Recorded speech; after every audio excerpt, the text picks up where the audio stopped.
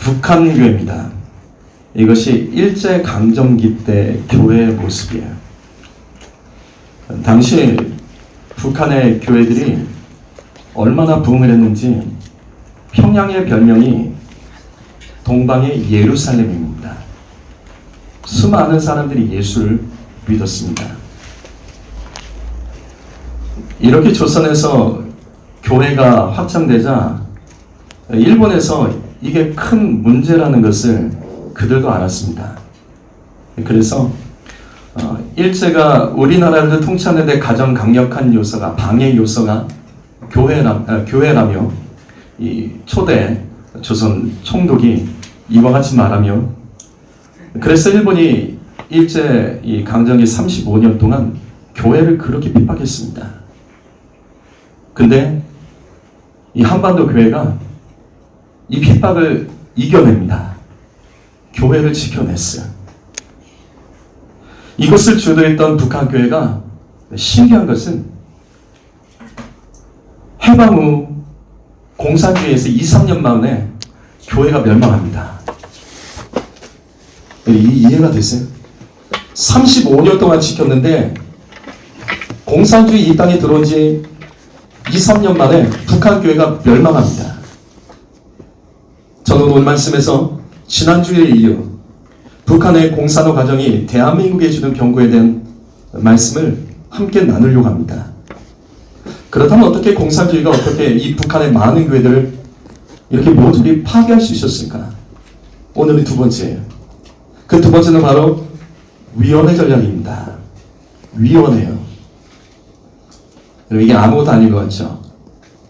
자, 이제 용어를 보시면 그래서 그랬구나 이해가 되실 거예요. 북한이나 공산주의 국가에서 가장 많이 사용하는 단어가 이 위원회입니다. 우리가 김정일 그런 사람들을 부를 때 뭐라고 부르죠? 위원장. 맞아요. 북한은 국가기관이 있고 노동당이 있습니다. 그 장을 위원장이라 부릅니다. 그리고 당의 위원장이 있고, 그리고 당의 책임자를 비서 아니면 서기 이렇게 부르죠. 북한은 신기하죠. 서기랑 비서, 우리로 말하면 오히려 사장 밑에 비서, 글 쓰는 서기, 이게 북한에서는 지도자예요. 이게 왜 이런 단어가 나올까요? 국가기관을 보시면 최고의 직책은 다 위원장입니다. 왜냐하면 북한은 위원회로 구성되어 있기 때문이에요. 체제 자체가 위원회입니다. 그래서 북한의 모든 행정 조직, 그 다음에 지역, 여기에 다 위원회가 만들어져 있습니다. 그런데 이 위원회를 최종적으로 컨트롤하는 기관이 바로 노동당입니다. 그래서 북한은 국가 위에 당이 있는 거예요. 당 위에 수령이 있고요. 이 노동당의 책임자를, 직책을 비서나 서기라고 공산주의 국가에서 부릅니다. 왜냐하면 공산주의에서는 인민만 있지 지식인이 없습니다. 공산주의의 인민은 그냥 국민이 아니에요. 공산주의 인민은 그 깃발에 그려져 있는 것처럼, 옛날 소련 깃발에 그려져 있는 것처럼 그 낙과 망시, 바로 노동자하고 농민이 인민입니다. 그럼 지식인은 무엇일까? 지식인은 바로 여기서 노동당이에요. 그래서 노동당의 지식인 그 책임자를 비서, 서기, 이와 같은 방식으로 표시하고, 이 지도자, 이 당의 지도자가 하는 이 일을 지난 시간 말씀드렸죠? 모두 지도라고 부르는 겁니다. 지도. 이건 우리나라에서 쓰진 않죠. 문재인 대통령이 어디 가서 지도했다 그러면 안 쓰죠. 북한에는 모든 것이 지도로 불리는 이유가 지식인이기 때문이에요. 인민, 즉 농민과 노동자를 가르치는, 지도해주는 지도자, 지식인이 바로 노동당입니다. 자, 그럼 이 일이 어떻게 벌어졌나 보지요. 지난 시간에 잠깐 말씀드렸던 부분 보죠.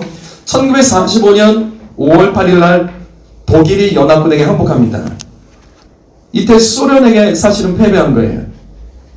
이미 이전에 소련은 미국과 약속을 했습니다. 독일이 항복하면 일본과의 전쟁에 참여해서 미국을 돕겠다. 근데 독일이 항복했는데도 신경이 소련이 돕질 않았습니다. 그러자 미국이 기다리다가 세 달 후에 8월 6일 날 히로시마에 원자폭탄을 떨어뜨려요. 그리고 일본에게 항복을 요구하지만 항복을 하지 않아요. 그리고 다시 나가사키에 3일 후에 나가사키에 또 떨어뜨립니다. 그런데 바로 그날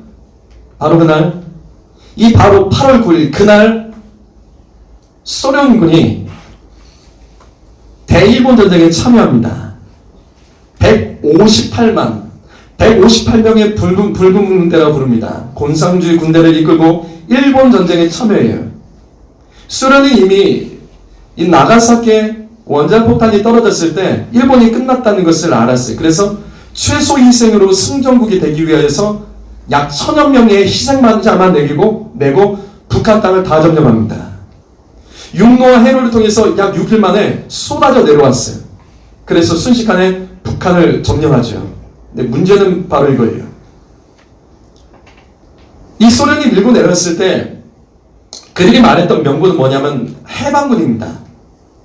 자, 일본으로부터 해방. 근데 일본이 항복을 하면서 우리나라가 독립됐죠? 그런데 이 소련군이 물러가지 않는 겁니다. 돌아가지 않았어요. 오히려 38선에 소련군이 경비대를 세우고 북한 지역을 완전히 봉쇄해서 남한과 북한 지역을 다 봉쇄해서 차지해버려요. 그리고 45년 8월 26일 광복이 된 후에 약 열흘 정도가 지난 후에 소련의 사령관 이반 치스카코프라는 사람이 주력 부대를 이끌고 다시 평양에 입성합니다. 이때 뭔가 이상하다는 것을 느꼈던 사람들이 분명히 있었죠. 이로 인해서 소련은 북한 지역을 완전히 차지하고 공산화시킵니다. 그리고 마침내 약 2달 후에 김일성이 나타납니다. 스탈린의 면접을 통한 김일성이 최초로 평양시민 군중 앞에 나타나기 시작해요. 이때 여기 사진을 보시면 소련군이 격례를 하죠. 김일성은 소련에 의해서 북한 지역의 지도자로 지금 임명이 된 거예요. 근데 그 뒤에서 소련의 스탈린이 다 조종하고 있었습니다.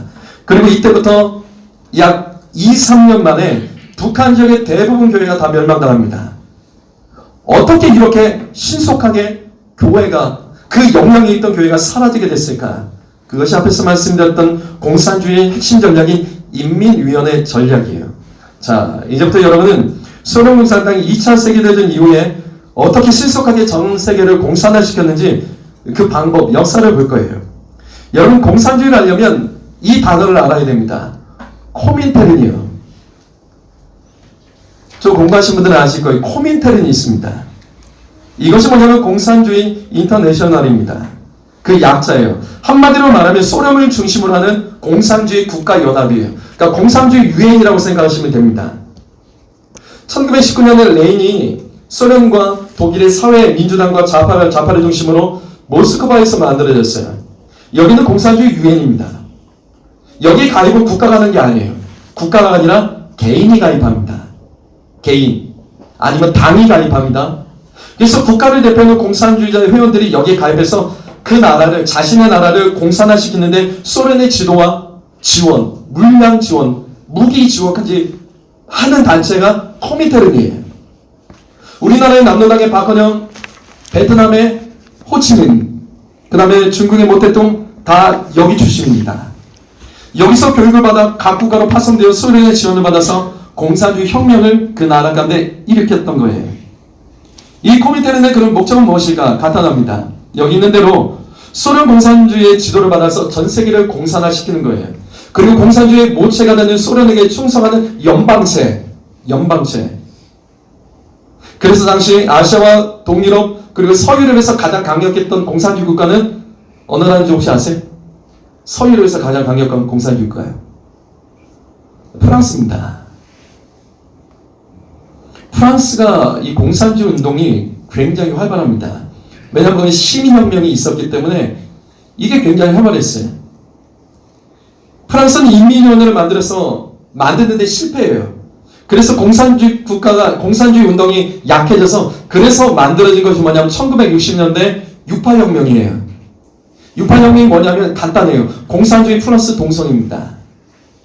공산주의가 동성애와 결합해서 젊은 세대와 반기독교 운동이 절정을 이루며 결집한 모임이 바로 6.8혁명의 사실은 그 시작이에요.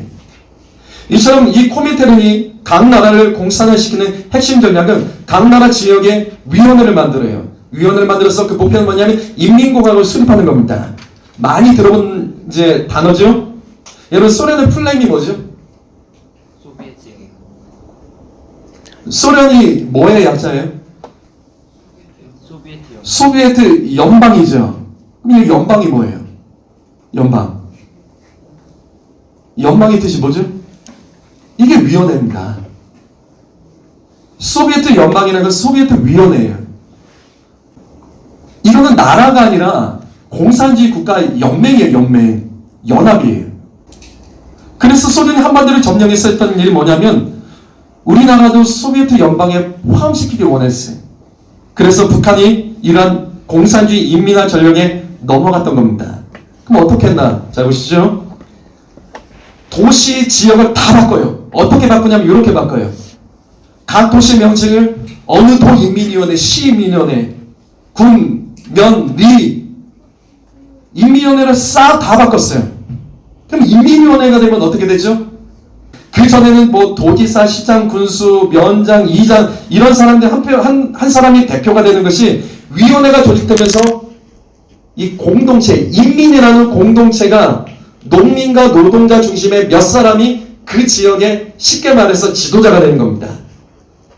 소련 군대가 북한 전역을 다니면서 각 지역의 농민과 노동자를 대표하는 공산주의 이념을 가진 인민위원회를 다 조직해요. 나라의 구성을 다 바꿔버린 거예요.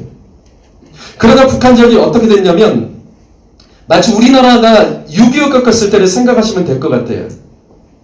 우리나라가 6.25로 인하여서 남한이 점령당했을 때 그 모습이요.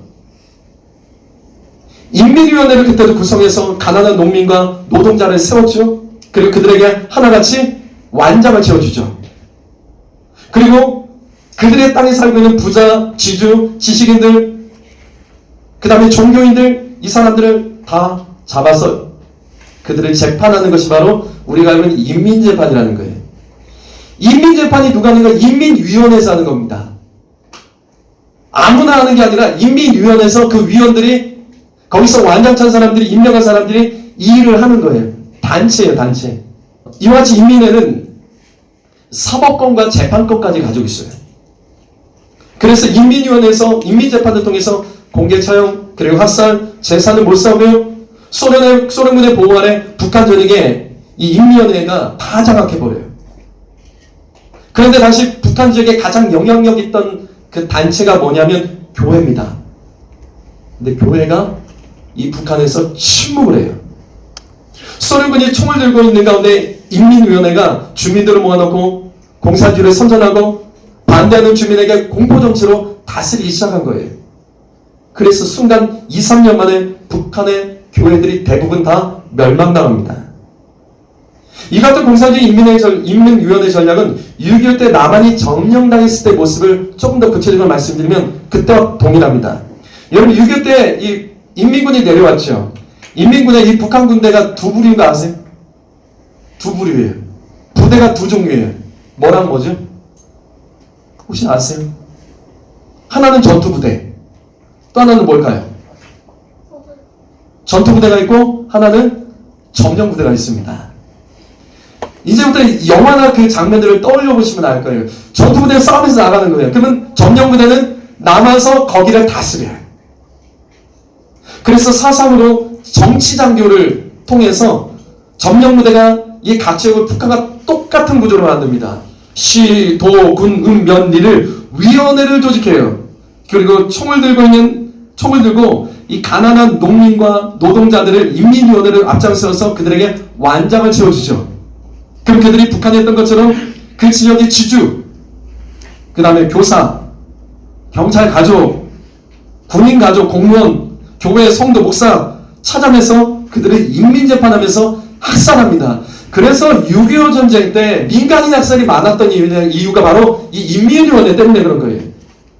전쟁에서 싸우면 군인들이 죽고 이 폭격을 당해서 민간인이 죽는 게 아니라 민간인 학살이 당하는 이유는 바로 이 인민위원회 점령부대 때문에 그렇습니다. 그런데 오늘날 우리 대한민국이 어느 날부터 위원회 정치가 벌어지고 있다는 건 여러분 아세요? 위원회 정치하고 있는 거 아세요? 진보 언론지 중에 하나인 이 매일경제신문의 2018년도 8월 기사를 보시면 여기도 나와요. 우리나라 행정부에는 각 부에 장관이고 차관이고 장들이 있습니다. 그런데 이 조직들이 깨지기 시작한 것이 언제냐면 여기 신문에도 나와 있죠? 김대중 대통령 때부터입니다.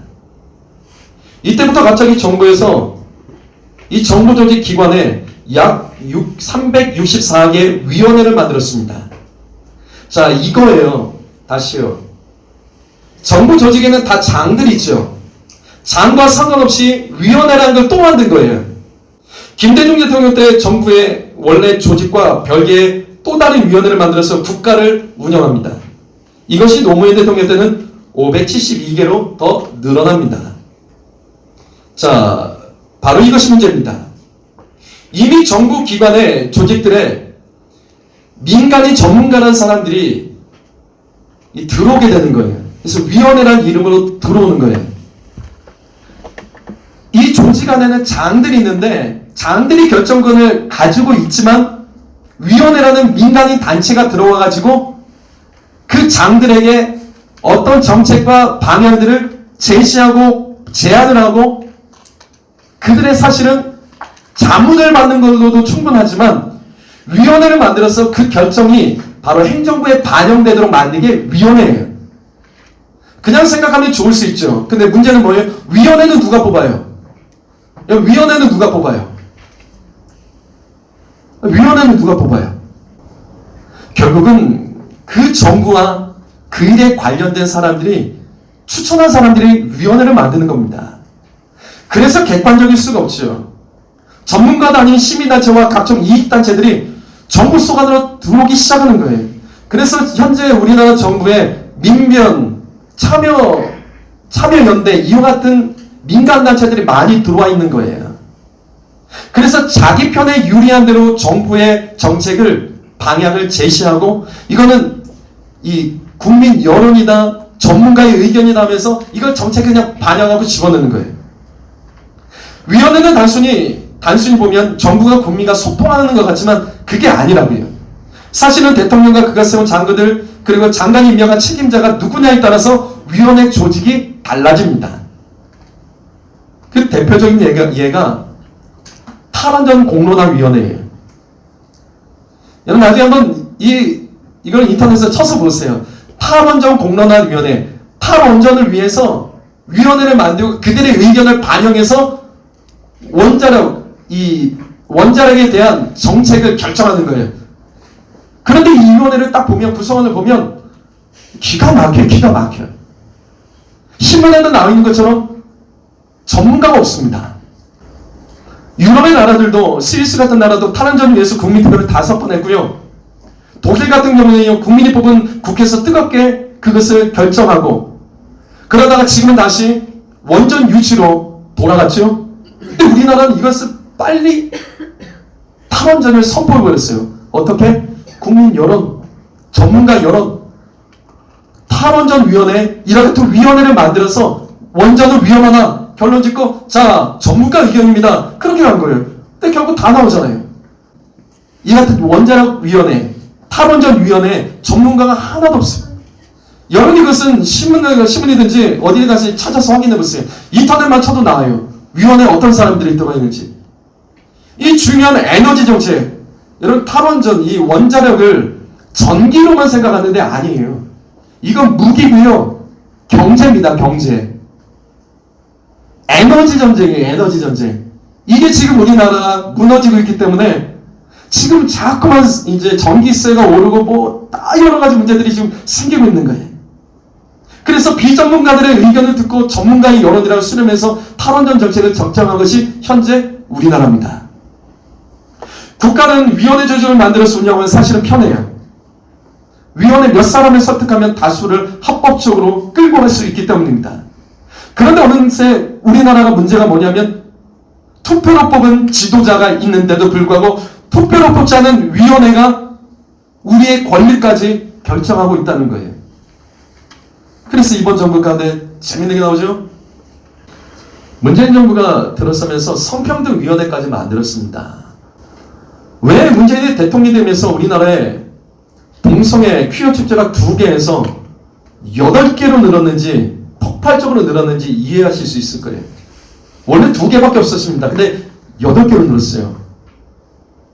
그리고 최근엔 남녀 평등이 아니라 동성애자들과 젠더를 위한 성평등 운동이 전국 지자체에서 막 일어나죠. 신문, 현수막 걸려있고 난리 나죠. 각종 조례들 만들어지죠.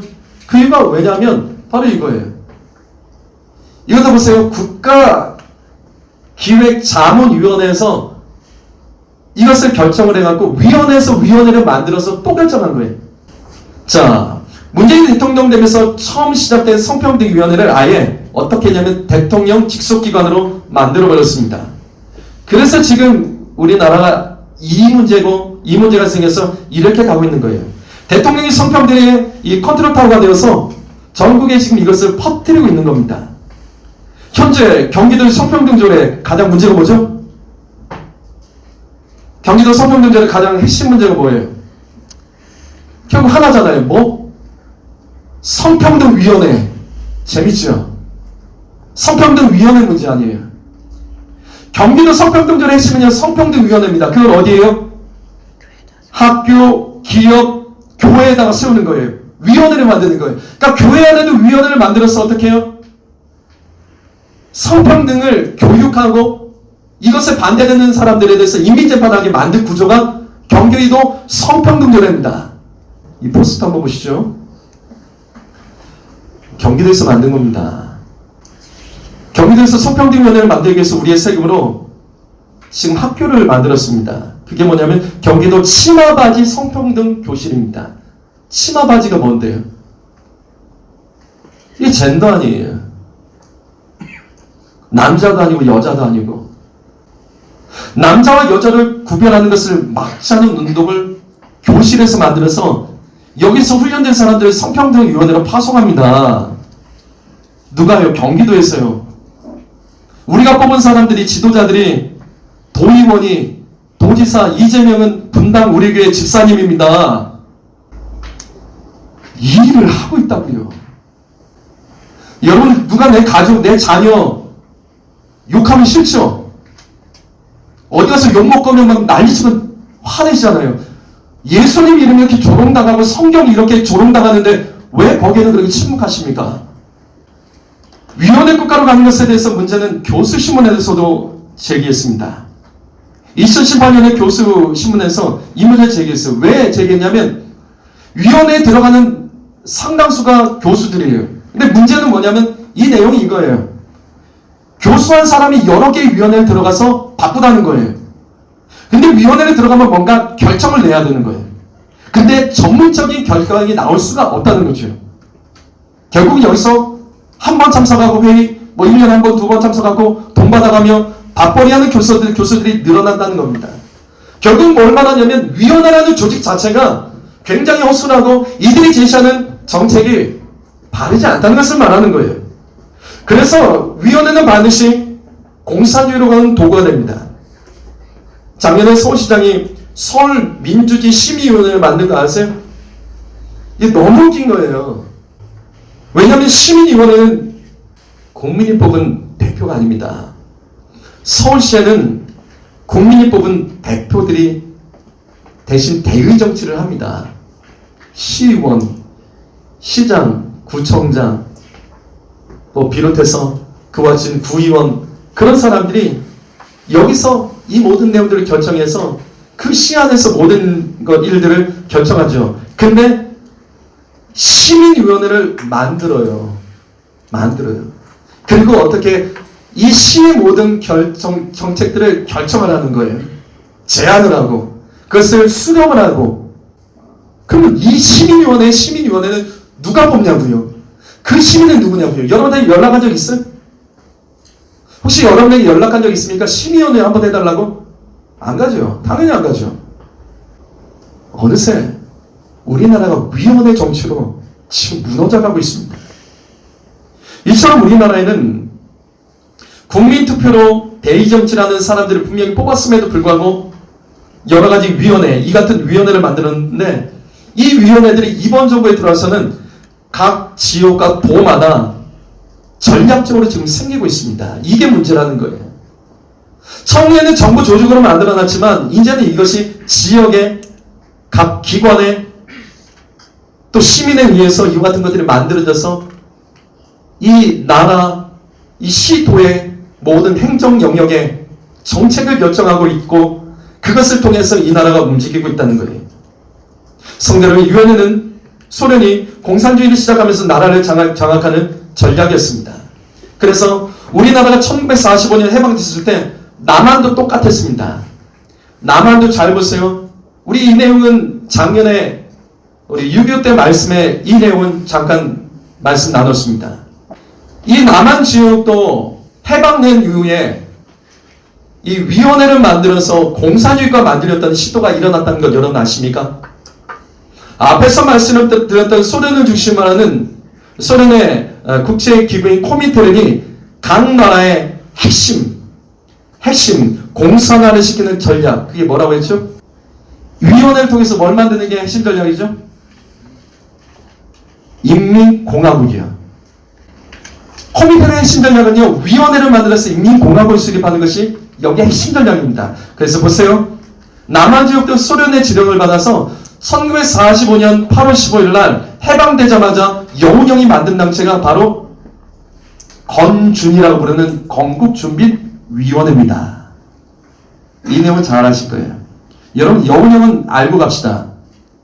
여운형은 배제학단 출신입니다. 선교사의 추천을 받아서 평양 장로 신학교에서 공부했던 사람입니다. 신학생이라고요. 신실한 기독교인입니다. 근데 그가 해방되기 전부터 박헌영과 함께, 박헌영도 기독교인입니다. 교회에 다니면서 선교사들에게 영어 배웠던 사람이에요. 조선공산당 지도자가 됩니다.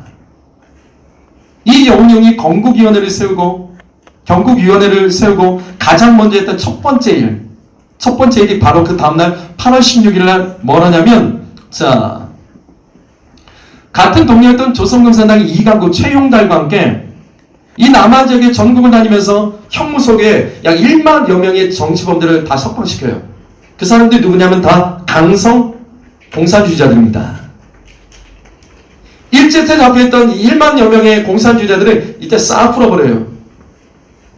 그러자 이 남한 지역에 강성 공산주의자 1만 명이 풀리면서 우리나라가 6.25 전쟁 전까지 계속해서 끊임없이 이와 같은 반란이 일어나고 나라가 시끄럽던 이유가 바로 이때 이 문제예요. 여러분, 여기 여운형을 도왔던 이 이강국을 아셔야 돼요. 이강국이 누구냐면 김일성 초대 내각의 대의원이었습니다. 그리고 6.25 때 인민군 야전병을 최고 책임자로 내려와서 전쟁했던 사람이에요. 최영달도 마찬가지입니다. 김일성 초대 내각의 대의원이었습니다. 하지만 이때 여운형이 시간이 없었어요. 북한 지역은 소련이 장악하고 있었죠. 그런데 이 남한 지역은 미군이 들어와야 됐어요. 미군이 들어와서 이 남한 지역을 이 신탁총지처럼 돕게 돼 있었습니다. 그래서 여운형이 건국준비위원회를 통해서 빠르게 나라의 건국을 선포해요. 그것이 뭐냐면 1945년 9월 6일 날 이 건국위원회에서 공산주의자들의 지지를 받아서 우리나라 최초의 국가명이 뭔지 아세요?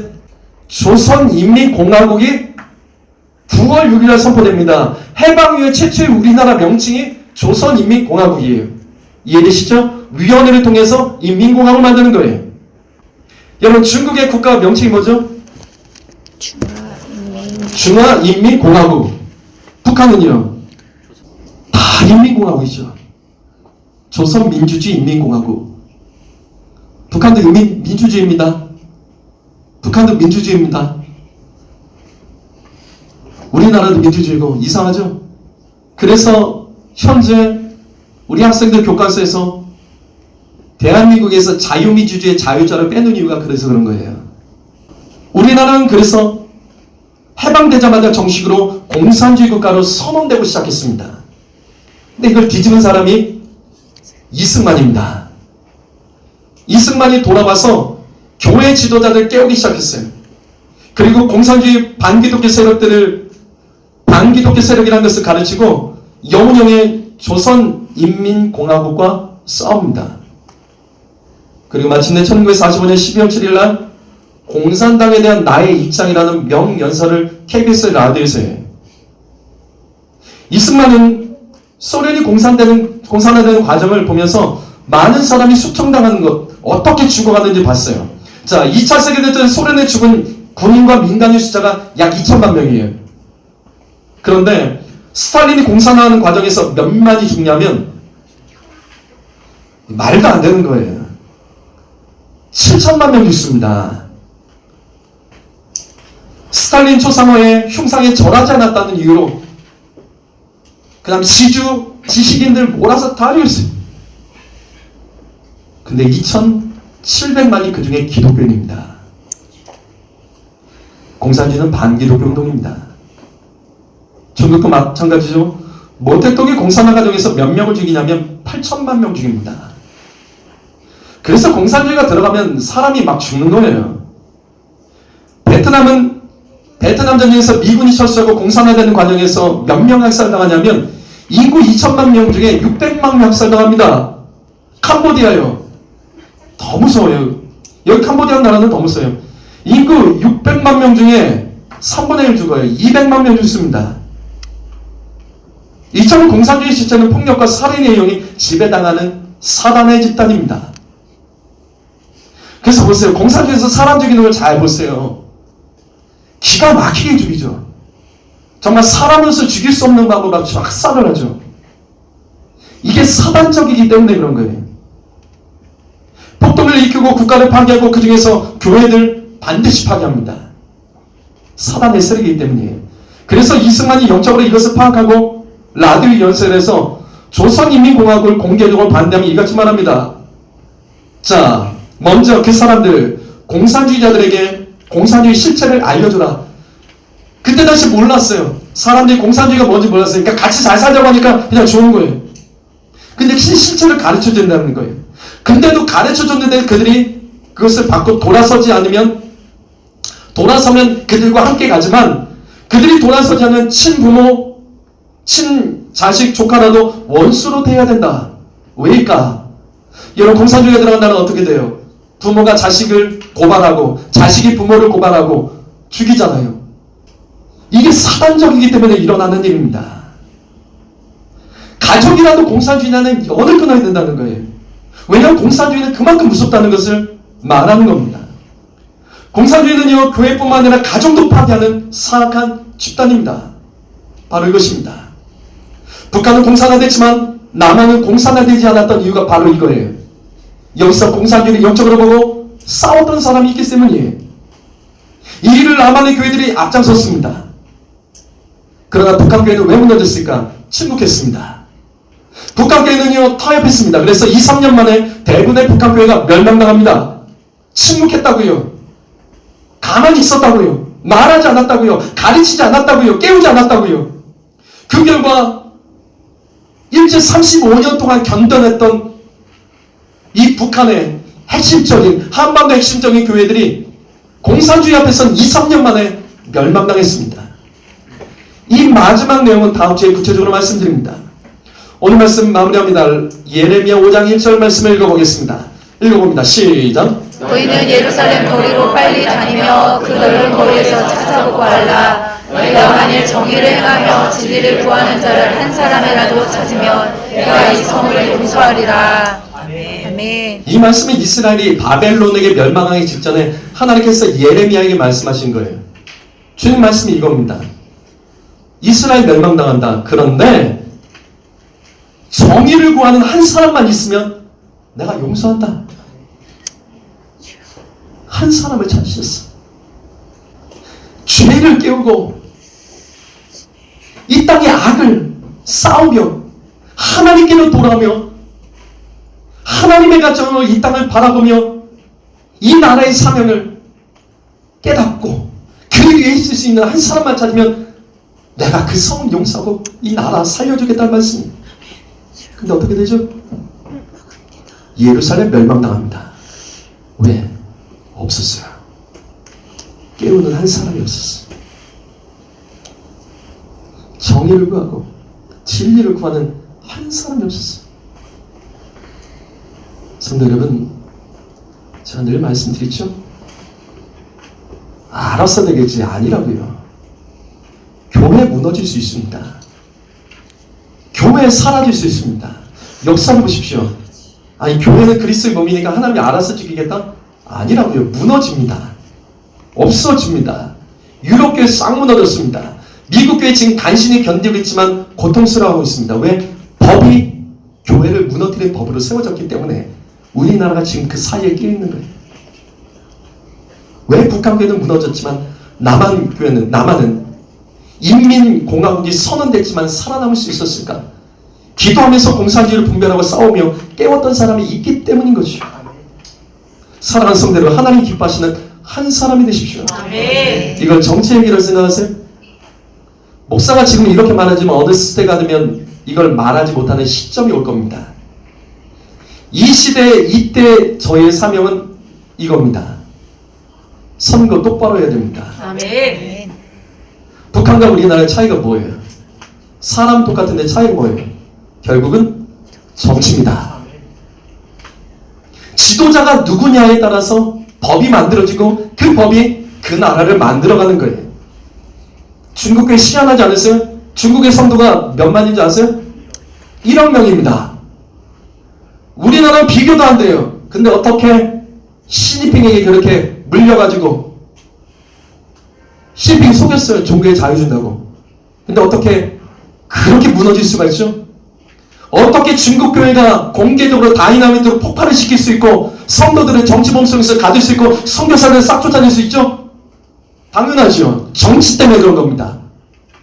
지도자의 정치요. 정치 얘기하지 말라고요? 아니요. 교회는 이 땅의 정치를 견인해 가야 됩니다. 아멘. 하나님이 찾으시는 한 사람, 하나님이 지금 우리 가운데 이것을 구하고 있지 않을까요? 주님이 쓸만한 사람이었기 때문에 국회의원의 40%가 예수 믿는 사람인데 신기하지 않으세요? 신기하지 않으세요? 40%가 기독교인이면 40%에 해당되는, 적어도 그래요. 3분의 1이라고 따지자고요. 3분의 1이라도 복음적인 법안이 나와야 되는 거 아니에요? 근데 안 나오는 이유는 뭐죠? 이건 어떻게 되는 거죠? 창세기 19장 24절 말씀 읽어봅니다. 시작. 하나님이 그 지역의 성을 멸하실 때, 곧 롯이 거주하는 성을 엎으실 때, 하나님이 아브라함을 생각하사 롯을 그 엎으시는 중에서 내보내셨더라. 하나님께서 소돔과 고모라 성을 심판하십니다. 심판받아 마땅하기 때문에 심판하셔요. 하나님께서는 기회를 분명 주셨습니다. 의인 10명만 있으면 살려주시겠다고 10명이 없었어요. 근데 하나님께서 살려주신 사람이 있습니다. 아브라함의 조카 롯이에요. 차마 하나님이 아브라함의 조카 롯은 심판할 수 없었어요. 왜 그랬을까? 아브라함이 기도했기 때문에 아브라함을 생각해서 살려주신 거예요. 똑같습니다. 가정이 지옥 같습니까? 가정이 괴롭습니까? 여러분, 가정 가운데 누가 한 명이 아브라함처럼 그 가정에서 기도하면 하나님 그 가정 살려주십니다. 아멘. 교회가 괴로웠어요. 요즘엔 사람들이 교회 가서 시험 든다고 그러더라고요. 교회 가서 너무 힘든데 은혜 받을 그곳에서. 아니에요. 교회는 이 나라의 희망이고 아멘. 이 땅의 희망은요 교회밖에 없습니다. 아멘. 근데 왜 그럴까? 왜 그럴까? 눈물로 기도하는 사람이 없는 거예요. 눈물로 기도하는 사람이요. 아브라함처럼 기도하며 눈물로 기도하며 살려달라고 외치는 적 없기 때문에 그런 겁니다. 오늘날 교회에서 목회자 뽑는 청빙하는 기준, 이력서에서 뽑거나 청빙하는 기준 보면 뭐 여러 가지 많이 있어요. 뭐 학력은 어떻게 해야 되고 뭐는 어떻게 해야 되고 기도는 안 봐요. 그래서 한국교회가 설교는 아주 좋아졌습니다. 근데 문제는 뭐예요? 기도를 안 해요. 혹시 여러분 중에 아직도 부르짖어 기도하는 것을 우습게 여기는 사람들이 있죠. 통성을 기도하는 거 우습게 여기고 방언으로 기도하는 거 우습게 여기고 성경 그대로 보세요. 예수님 마지막 겟세마네에서 어떻게 기도하셨죠? 땀방울이 핏방울이 기도하셨죠. 어떻게 기도하면 사람이 땀방울이 핏방울이 될까요? 어떻게 하면 기도하는데 땀이 날까요? 해본 사람들 알겠죠? 소리 지르며 부르짖어 기도하면 땀이 납니다. 아멘. 예수님께서 침묵 기도하셨다고 생각하십니까? 아니에요. 마지막의 순간에 주님 부르짖으셨습니다. 아멘. 부르짖으셨습니다. 더 재밌는 건 뭐예요? 그 부르짖는 현장에 부르짖는 그 시끄러운 소리를 듣고도 제자들은 잠이 들었던 거죠. 왜? 하루 이틀 문제가 아니에요. 오래된 문제이기 때문이에요. 깨어나셔야 됩니다. 아멘. 이 땅의 문제. 저는 기독교인이 이 땅에서 선거로 뭐 국회로 들어간다 그걸 말하고 싶은 건 아니에요. 다 상관없더라고. 상관없더라고. 기독교인이 중요한 게 아니더라고.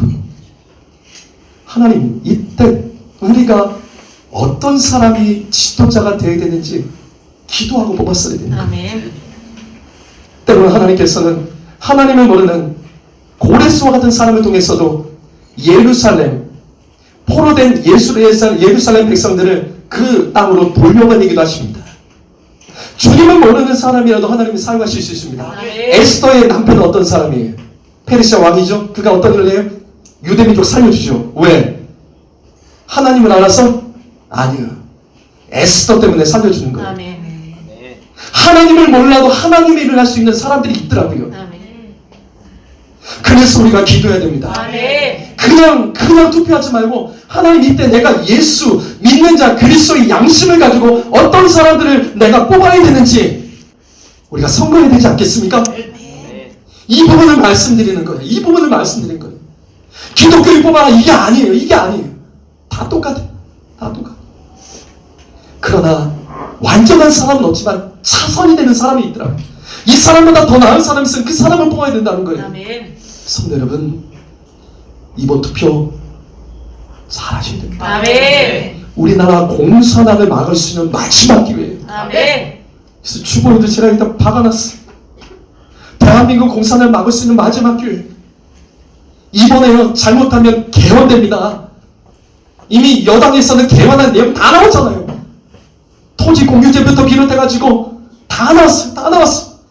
이미 2018년대 문재인 대통령이 개헌안 냈어요. 읽어보세요. 나중에 찾아보세요. 그 내용 보시면요 다 나왔어요. 이미 다 나왔어요. 법이 바뀌면 끝납니다. 미국이 법이 바뀌어서 동성결혼이 합법화되자 동성애자들이 성적준 현상 상대로 고소를 하잖아요. 어떻게?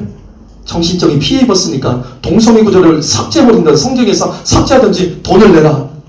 이게 이렇게 가는 거예요.